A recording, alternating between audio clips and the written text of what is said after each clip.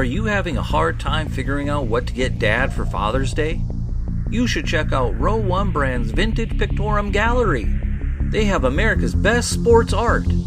With over 7,200 historic sports prints, you're assured to find something unique for Dad this Father's Day. Instead of a boring old tie, get him a historic baseball photo taken by Henry High Sandom at the historic Polo Grounds Stadium in New York City during the 1894 Temple Cup. Or, if he's an NFL buff, check out the 1963 vintage NFL poster. These are so good looking that you'll be amazed how they turn out. Shop now at sportshistorynetwork.com/row1 and save 15% off your order.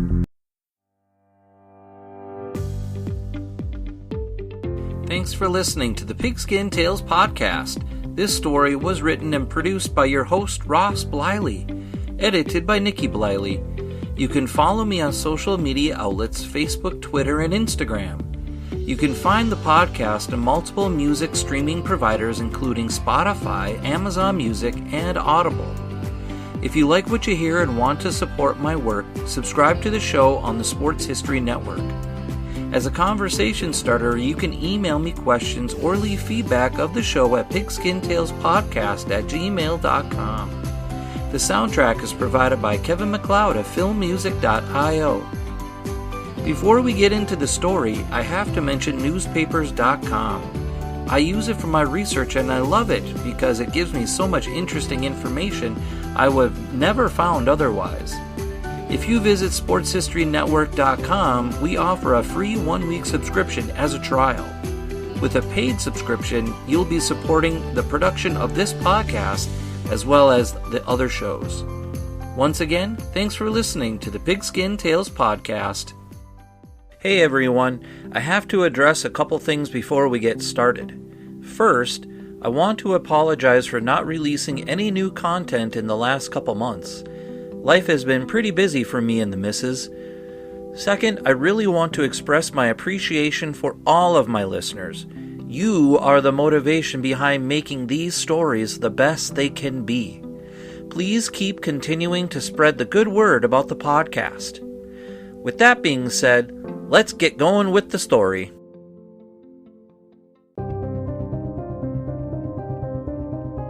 To catch you up on what's happened with the podcast, or if you're brand new to listening, I'd like to encourage you to check out the last 2 series I wrote on Red Grange and Ernie Nevers.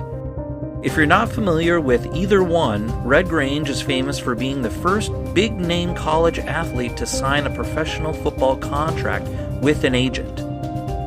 Grange's contract paid him up to $100,000 in 1925 for signing with the Chicago Bears. Back in those days, $100,000 was equal to about $1 million today. Ernie Nevers was a guy who played for the Duluth Eskimos and Chicago Cardinals from 1926 to 1931. A combination of his size, speed, and strength made him a big name coming out of Stanford. Grange really became famous for his speed. Nevers was more an all-around athlete that was machine-like because he seemed to never get tired. In his rookie season with Duluth, he played 1,700 minutes of a possible 1,740. This time on the Pigskin Tales podcast, I will be introducing you to a man who played with the Chicago Bears in the 1930s. He was a star fullback at the University of Minnesota and eventually made his way to the Pro Football Hall of Fame. With that being said, let's get to the story.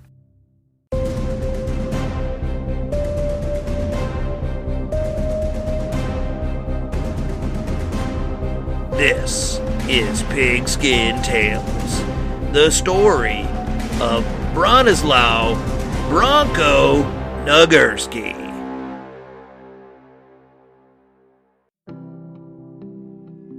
Bronislaw Nagurski was born in Rainy River, Ontario, Canada, on November 3, 1908, to Polish-Ukrainian immigrant parents Mike and Amelia.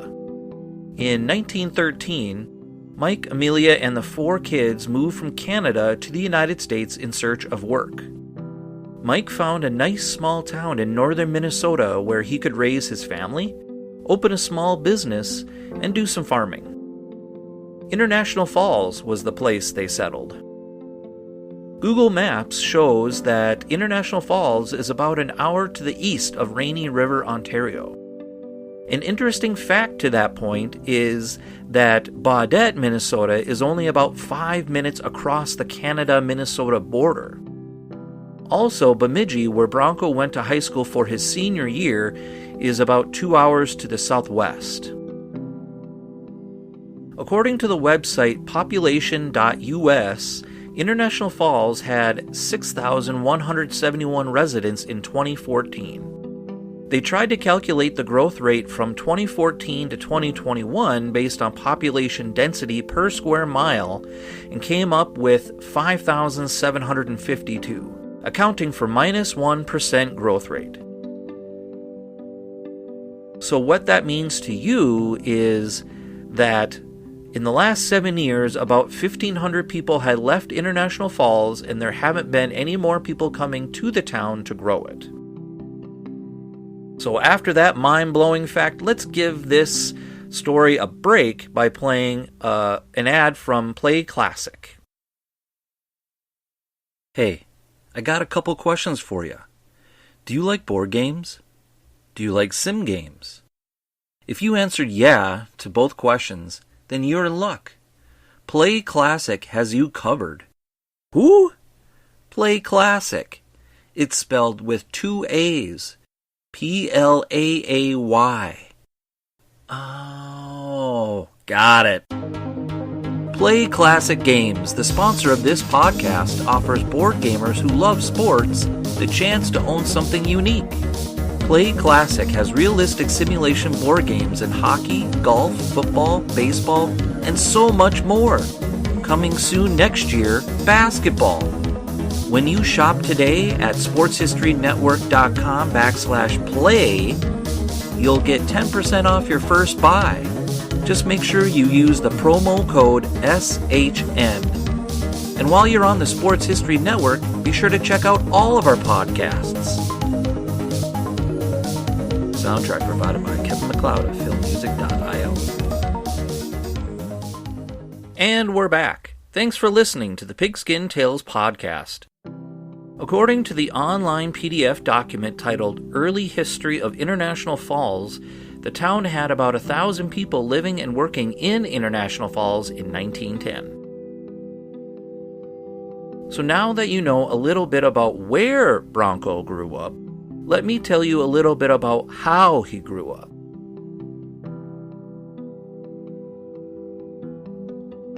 You see, back in those days, they didn't have a whole lot of material stuff, so they had to make do with what they had.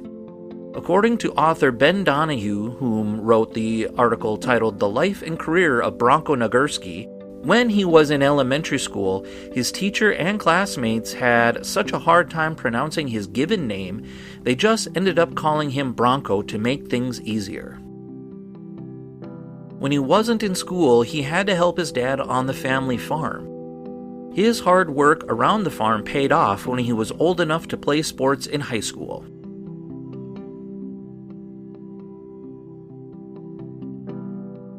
According to his biography posted on the website findagrave.com, he had to run 4 miles to and from school every day.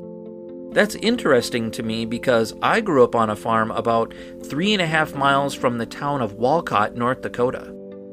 In high school, to get into shape for the sports I played, I ran the 3.5 miles to and from Walcott. Some people in my community couldn't believe that I could run that far. The other day, my wife asked me how my story was going. She mentioned that her grandma was born in Tabor, Minnesota in 1913. So we got to talking about how more than likely the Nagurski family had a horse and did a lot of trading with other farmers to make sure they had the materials they needed to survive. They also more than likely traded materials for wheat seed.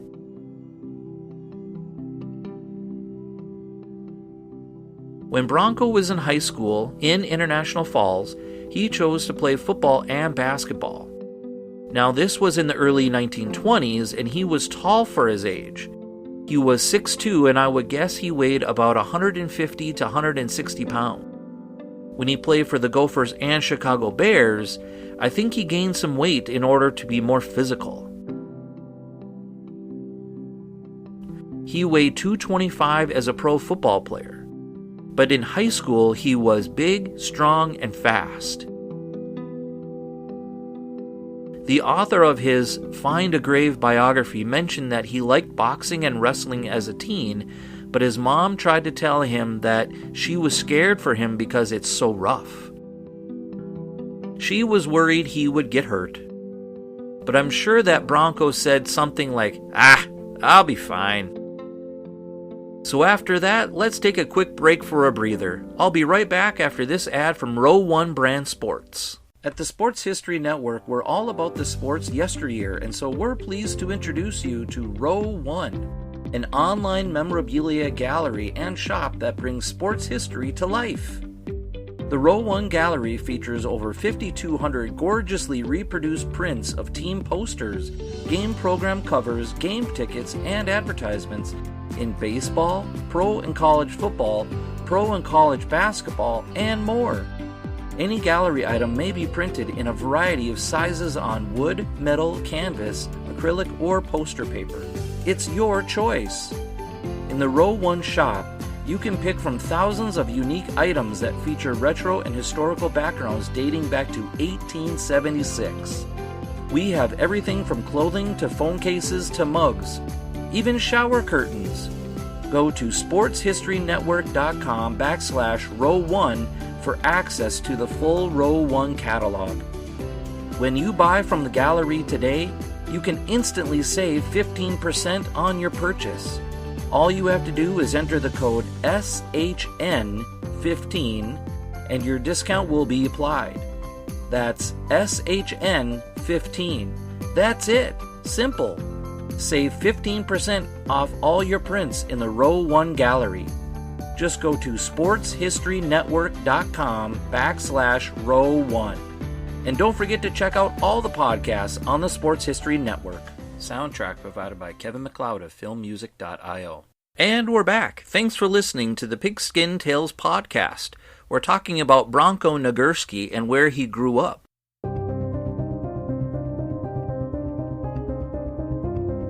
Since he was so tall and athletic, he became the star football and basketball player for International Falls. When he was 17, he decided to transfer high schools and attend Bemidji because he believed that he had a better chance to earn a full scholarship for playing college football. But when he didn't get on the football team because of ineligibility, he played for the basketball team instead. He was a star for them too, but it really wasn't what he wanted.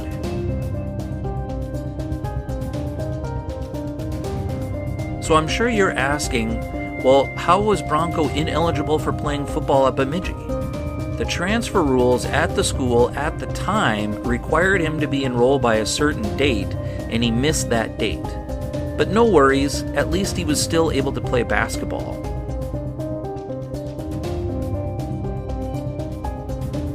According to Ben Donahue, Nagurski's hard work ethic paid off for him when the Minnesota Gophers head football coach at the time had heard of a kid from International Falls that was big, strong, and fast. His name was Clarence Spears. He wasn't sure who he was looking for, but he happened to see this big kid working in a field without help from a horse. It was Bronko using a plow to dig for planting crops. Mr. Spears asked him for directions and Bronko pulled up the heavy plow and pointed towards town.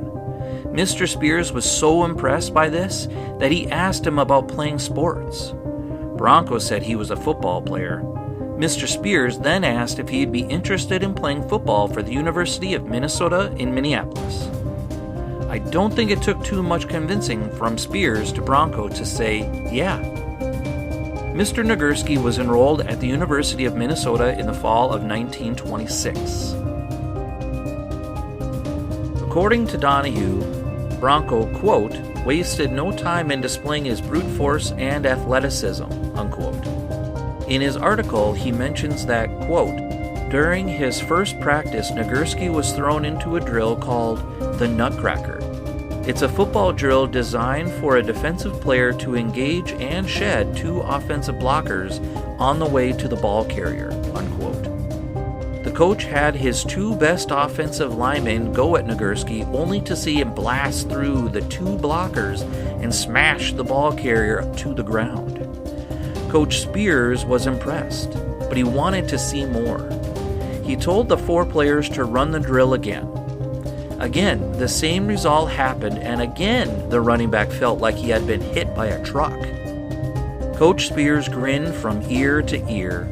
He was so impressed with Mr. Nagurski that he knew he made the right call in giving him a scholarship. Mr. Nagurski ended up playing both offense and defense for the Gophers. On offense, he was the fullback, and on defense, he played linebacker and defensive tackle. In the 3 seasons he played with the Gophers, the team was a powerhouse and went 18-4-2. According to the website sportsreference.com, they were actually Big Ten Conference co-champions with the University of Illinois in 1927. Many college football historians believe that in 1928, Nagurski played the best game of his college career against Wisconsin in the regular season finale. As the story goes, the Gophers were trailing late in the game, and Nagurski had been dealing with cracked ribs. He wore a corset to minimize the pain. Since he was tough, the injury never bothered him. He recovered a Wisconsin fumble deep in Gopher territory to stop the Badgers from scoring the game-sealing touchdown. On the next offensive series, he took the handoff from Harold Almquist and just kept running. 6 times he carried the ball and eventually ended up in the end zone for the go-ahead score. On the next defensive series, Nagurski intercepted a pass and knelt down for the victory. Thanks for listening to the Pigskin Tales podcast. This story was written and produced by your host, Ross Bliley. Edited by Nikki Bliley. If you like what you hear and want to support my work, subscribe to the show on the Sports History Network. As a conversation starter, you can email me questions or leave feedback of the show at pigskintalespodcast@gmail.com. The soundtrack is provided by Kevin MacLeod of filmmusic.io. Once again, thanks for listening to the Pigskin Tales podcast.